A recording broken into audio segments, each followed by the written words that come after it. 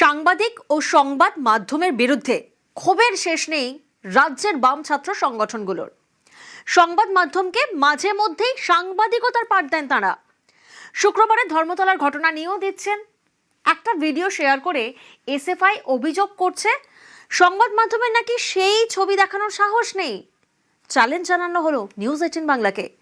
আমরা চ্যালেঞ্জটা নিলাম। বামেরা যে ছবি মৌলালির বলে দাবি করছেন সেটা সত্যিই মৌলালির? সেটা কি শনিবারের ঘটনার সঙ্গে যুক্ত? দেখুন নিউজ 18 বাংলার ফ্যাক্ট চেক কি বলছে। দেখুন আর ভাবুন, সত্যি আর মিথ্যের মাঝের পার্থক্য, সাংবাদিক ও পার্টি সদস্যের পার্থক্য।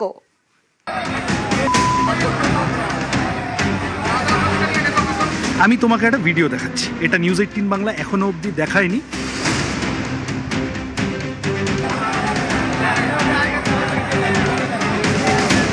পারলে আপনাদের দম থাকলে আপনারা এটা দেখাবেন।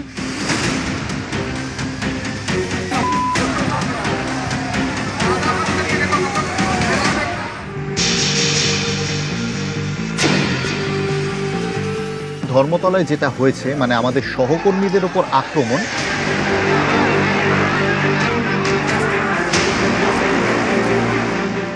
সেই আক্রমণ নিয়ে অনেক চর্চা হয়েছে এবং সেই চর্চার মাঝে বামপন্থী ছাত্র সংগঠনগুলোর পক্ষ থেকে, এসএফআই এর পক্ষ থেকে, সিপিএম এর পক্ষ থেকে অনেকেই একটা ভিডিও শেয়ার করছেন বা একটা ভিডিওর কথা বলছেন এবং চ্যালেঞ্জ করছেন যে বড় বা সংবাদ মাধ্যমের নাকি সেই ভিডিও দেখানোর সাহস নেই।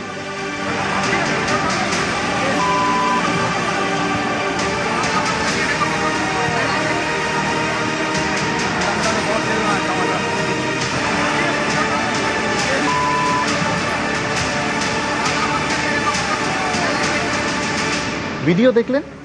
এবার মধুজা সেন রয়, বাম নেত্রী, আপনারা প্রত্যেকেই চেনেন। তিনি 25 তারিখেই একখানা পোস্ট করলেন, যে পোস্টটা চোখে পড়লো এবং সংবাদ মাধ্যমকেই কটাক্ষ করলেন। কি লিখেছিলেন একটু পড়া যাক।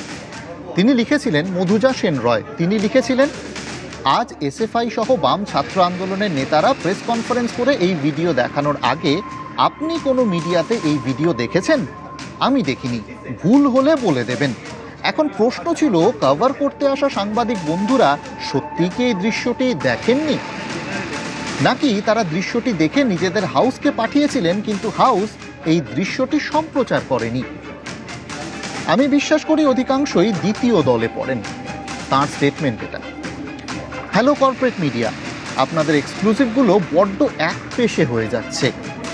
কেন বলুন তো?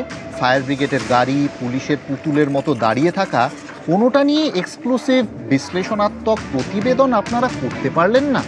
প্রশ্ন করেছেন। এই রে, এতগুলো প্রশ্ন করে ফেললাম, আবার বলবেন নিরপেক্ষ সাংবাদিকতার পাঠ পড়াচ্ছি। সাংবাদিকতার পাঠ অবশ্য আপনারা গত কয়েকদিন থেকে আমাদের পড়াচ্ছেন, আমাদের কিভাবে সাংবাদিকতা করা উচিত, কী কী স্টোরি দেখানো উচিত, ইত্যাদি ইত্যাদি। আসলে আপনারা করে থাকেন এটা। যাই হোক, তা আপনারা যখন, এবং আপনি তো একা নন, দেবাঞ্জন বাবু এসএফআই, তিনি তো রীতিমতো চ্যালেঞ্জ ছুঁড়লেন। চ্যালেঞ্জ ছুঁড়ে কি বললেন সেটাও এবার শুনুন। দেখাবেন, এটা দেখাবেন। এরা কারা?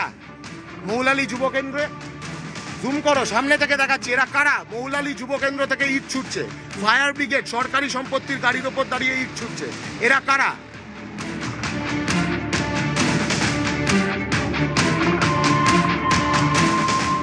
স্পষ্ট দেখা যাচ্ছে ইট ছুটছে। এই বাহিনী মিছিলের মধ্যে ঢুকেছিল, দম থাকলে এদের ধরে দেখান। এবং আমি বলছি আপনাদেরকে, বিগ মিডিয়া হাউস যারা, তারা দম থাকলে এই ভিডিও সম্প্রচার করুক। তাহলে দেবাঞ্জন বাবু, চ্যালেঞ্জ অ্যাকসেপ্টেড, আপনার চ্যালেঞ্জ আমরা গ্রহণ করলাম। কিন্তু দুঃখের বিষয়, এই চ্যালেঞ্জে যে আপনাকে একটু বিপাকে পড়তে হচ্ছে। কেন? কোন ছবির কথা তারা বলছেন? এই ছবিটা, এই ছবিটা কথা তারা বলছেন যে এটা নাকি মৌলালি মোড়ের ছবি। ভালো কথা, আমরা একটু ফ্যাক্ট চেক করতে গেলাম। গুগলেও এই ছবিটা পাওয়া গেল বেশ সুন্দর করে। ফ্যাক্ট চেক করতে গিয়ে আবার কি দেখলাম তারপর বলুন তো? ফ্যাক্ট চেক করতে গিয়ে আমরা দেখতে পেলাম বড় বড় একটা ফ্যাক্ট চেকের headline, video from Ranchi shared as stone pelting at CJP rally in Kolkata. Bangla করে খুব সহজে বলি, রাঁচির একটা ছবিকে কলকাতার ছবি বলে চালানো হচ্ছে। এবার রাঁচির ছবিটা দেখবেন, সেটাও তাহলে দেখাই। ঝাড়খণ্ডের একটা মিডিয়া হাউস থেকে পাওয়া এই সেই ছবি, একটু বড় স্ক্রিন করা যাক। দেখুন ফায়ার ব্রিগেডের গাড়ি এবং যেই ক্যারেক্টারকে আপনারা দেখতে পাচ্ছিলেন, যে সেই ক্যারেক্টার রয়েছেন, পেছনে নীল জামা, এখানে গেরুয়া, তার পেছনে গেরুয়া জামা, এরা প্রত্যেকেই রয়েছেন কিন্তু এখানে। ফায়ার ব্রিগেডের গাড়ি সব রয়েছে, তাই না? আর এইটা কোথায় হচ্ছে? এটা হচ্ছে রাঁচিতে। এই হচ্ছে তার গোটা সিনারিও, গোটা অঞ্চলটা।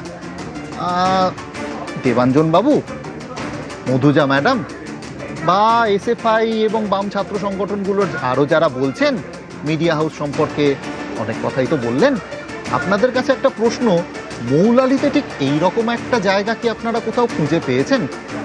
যদি পেয়ে থাকেন আমাদের প্লিজ জানাবেন।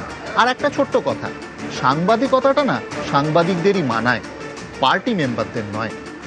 কয়েকজন মিসক্রিয়েন্ট তারা ওখানে গন্ডগোল করেছে বলে দেখা যাচ্ছে, ভিডিও পাওয়া গেছে, তোমরাও দেখিয়েছো, সবাই দেখেছে। তাদের অনেককে আটক করা হয়েছে। পুলিশ আজকে তাদের নিয়ে ক্রাইম সিন রিকনস্ট্রাক্ট করার মতো করে চেষ্টা করছে। আমি তোমাকে একটা ভিডিও দেখাচ্ছি, এটা নিউজ 18 বাংলা এখনও অবধি দেখায়নি। আমি অনুরোধ করব তোমার অফিসে যাদের কাছে তুমি এইটা পাঠাবে তারা যেন এটা দেখান এবং চালান, তাহলে আমরা বুঝবো যে তোমরা গদি মিডিয়া নও, তোমরা নিরপেক্ষ। মৌলালি যুবকেন্দ্রের বাইরে, তুমি নিচের লেখাটা ইগনোর করো, মৌলালি যুবকেন্দ্রের বাইরে দিয়ে যখন মিছিল যাচ্ছিল, একটি পুলিশের গাড়িতে বিজেপির কতগুলি গুন্ডা উঠে ঢিল ছুটছে, টমেটো ছুটছে। আমি অনুরোধ করব জুম করে দেখাতে। আমার প্রশ্ন হচ্ছে যে এই ছেলেটি গ্রেপ্তার হয়নি কেন? দেবাঞ্জন হয়তো পরের দিন সকালে আদালতে এটাই জানতে গেছিল যে মিসক্রিয়েন্টদের মধ্যে কে হিন্দু কে মুসলমান দেখা হচ্ছে। মিসক্রিয়েন্টদের মধ্যে যারা মিছিলকে অ্যাটাক করলো, যারা উস্কানি দিল বাইরে থেকে, যারা সাংবাদিকদের ওপর তাণ্ডব করলো, তাদের মধ্যে বিজেপির লোক হলে কি ছাড় দিয়ে দেওয়া হচ্ছে? বিচার দেবেন বলে বসে আছেন, যারা তদন্ত করবেন বলে বসে আছেন, তারা এক পেশে, তারা একদেশদর্শী, তারা নিরপেক্ষতার জায়গা বজায় রেখে তদন্ত করছেন না।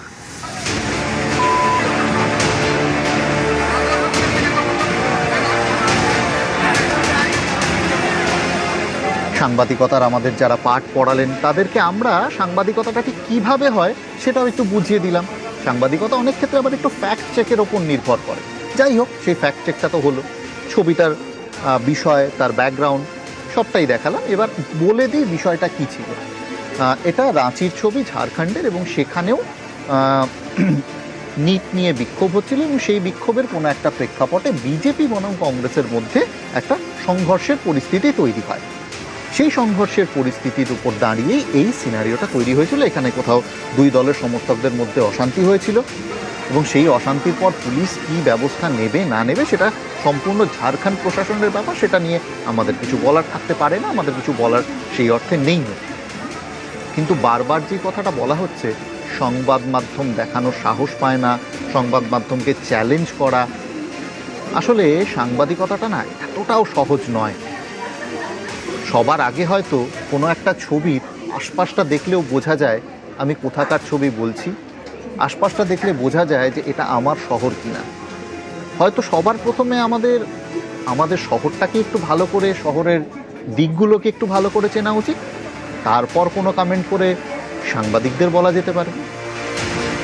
আপনাদের দম থাকলে আপনারা এটা দেখাবেন। মৌলালি যুবকেন্দ্র থেকে ইট ছুটছে।